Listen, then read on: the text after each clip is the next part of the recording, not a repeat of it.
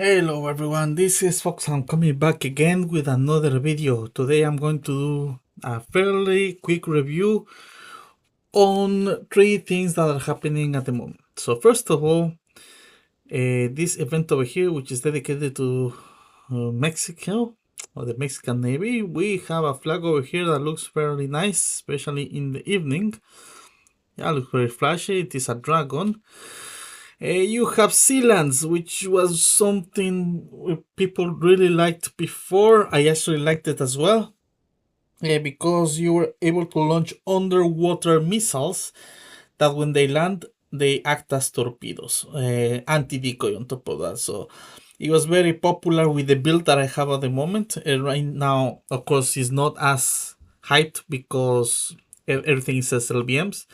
If you decide to pay for this, you also get this French torpedo, which you have 3 launches per attack. So that is actually fairly, very good.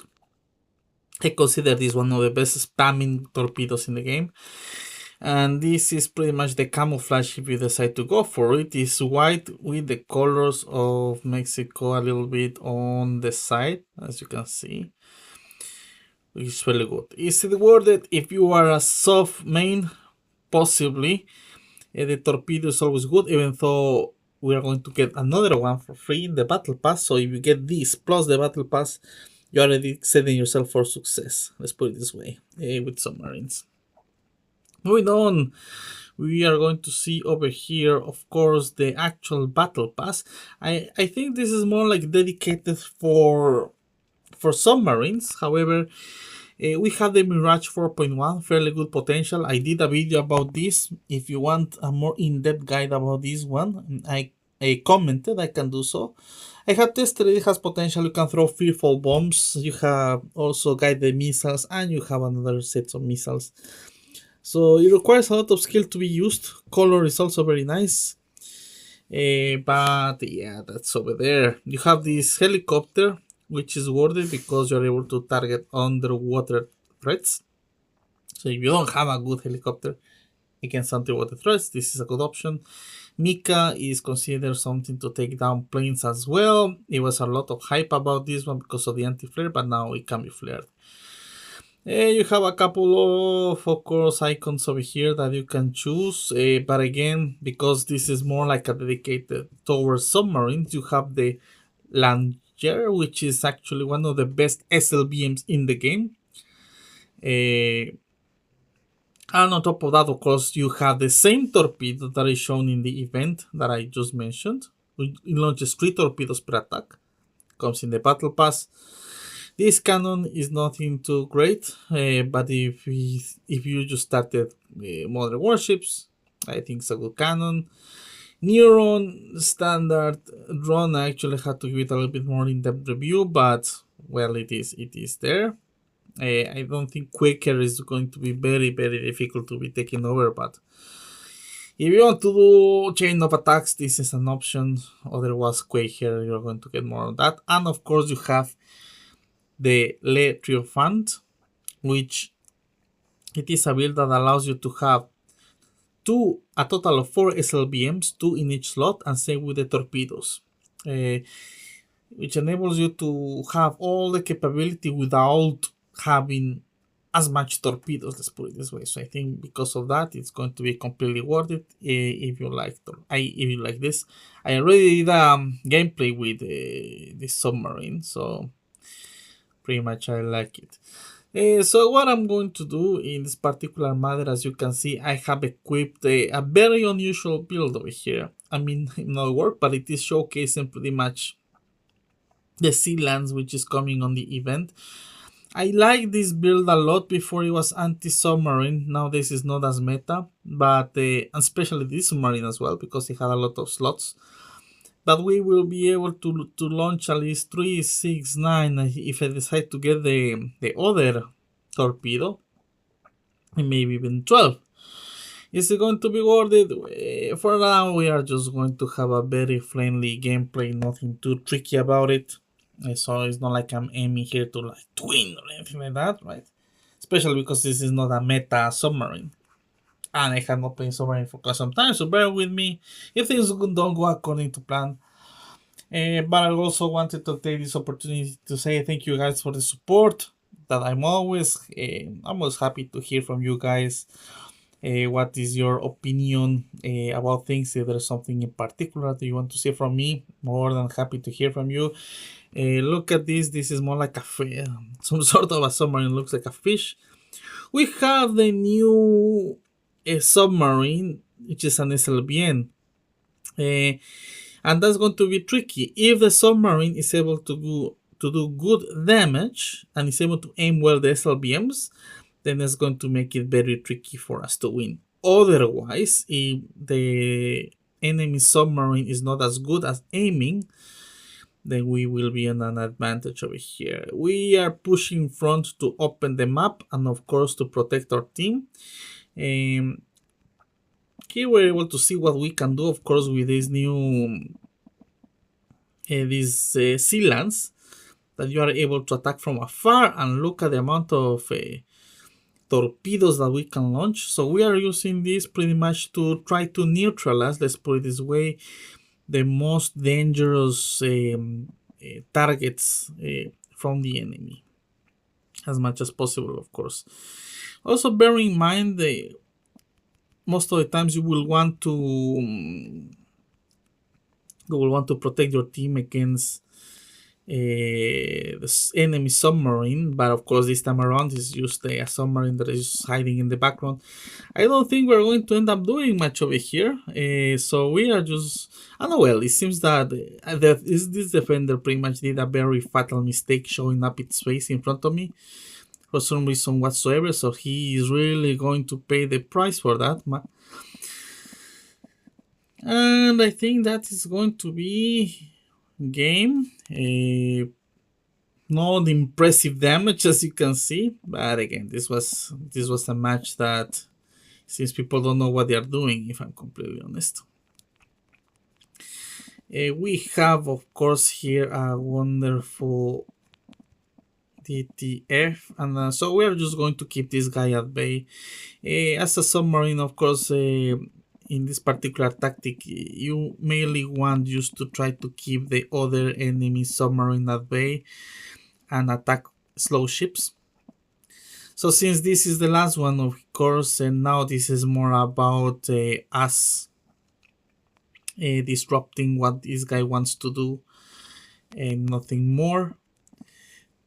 But at the same time, we're able to chip in some damage as well. So I hope that you are having a wonderful time over here. Yeah, this guy seems that he's very focused on me, so we are just... Remember, as a submarine, I mean, there are things that you can do, but just because you're able to be submerged, it doesn't mean that you have to go bananas and then just go all in, right?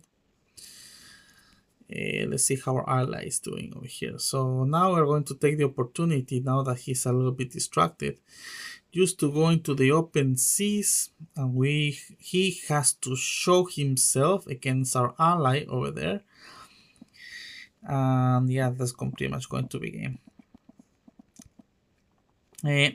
So I hope that all of you are having a wonderful time.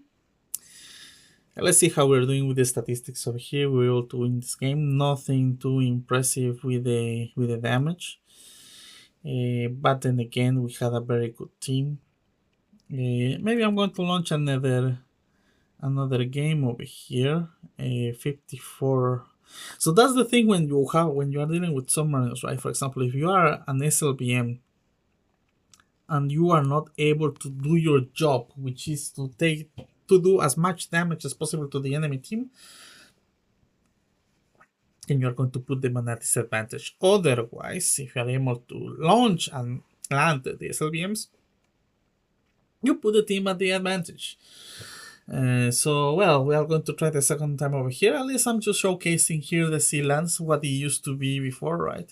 This is something that I would recommend you to have. Well, sea lands was, let's put it this way, the second missile you could launch underwater and target underwater targets. The other one was Red Shark. I have not seen that missile in a while, and that is more recommended for carriers. I love that missile, especially on my RF Storm. But yeah, that's the. Let's see what we are dealing with. Again, it seems this is going to be another win for some reason. Well, to be fair, I'm a submarine, but yeah, it seems that the matchmaking is not in its best. I assume it's because most of the people over here are playing ranked, so that's why maybe we are not having the most. It would have been nice if they opened the map. Sadly, it seems that everyone's going to the right. Are they? I think that's the best thing that we can do. Well, already made that decision of here, so okay, let's just do full speed to the left. And we are going to start attacking from the side. I ideally would have liked to go from the right side, but oh well. Nothing too major over here. Again, this team, I am not so. We can also defend our team, of course, from this side, as you can see. Baryak. So the objective of us over here is going to keep this team distracted. Ideally, you want to go for the submarine.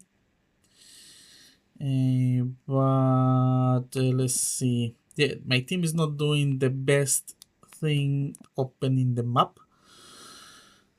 So it's hard to plan a course of action, but okay, we are seeing over here they are.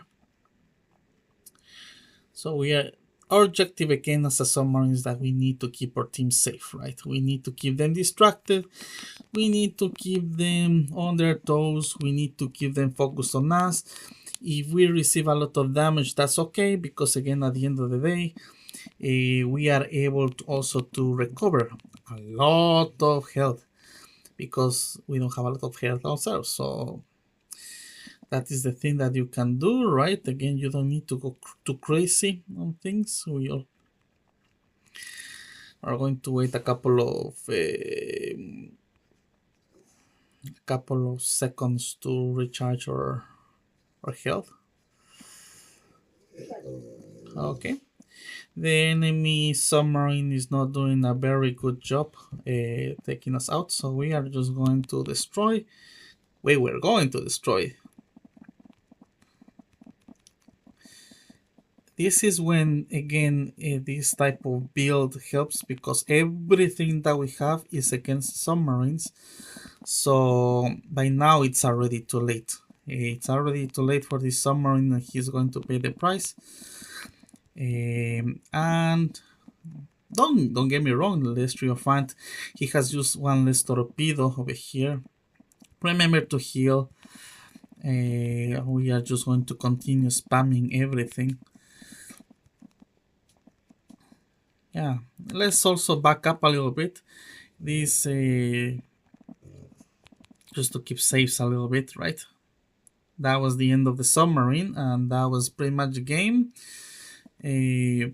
Remember as well, I mean, the objective over here is to make sure that you are disrupting what the enemy is going to do, make them nervous, and you are able to get a couple of matches over here. Okay, so one destruction, 400k damage. So not too shabby over there. Again, this build this is for winning. This is not for making damage over here. This is more like a support build. So I'm happy with that. But of course, we also have to recognize that that our team is buffed a little bit on the things that they have. We had more experienced people. Well, that is pretty much my comment for today. I hope that you enjoyed this video. Remember to like, back, comment, and subscribe. Thank you very much for also joining my ranked up sessions over here. I highly appreciate it. Let me know what you guys think. Always open to hear suggestions for you guys. Aside of that, thank you everyone for watching. I'm just going to do a couple of screenshots over here for the video. and I wish that you have a good day. This is Foxhound signing off. Cheers, everyone.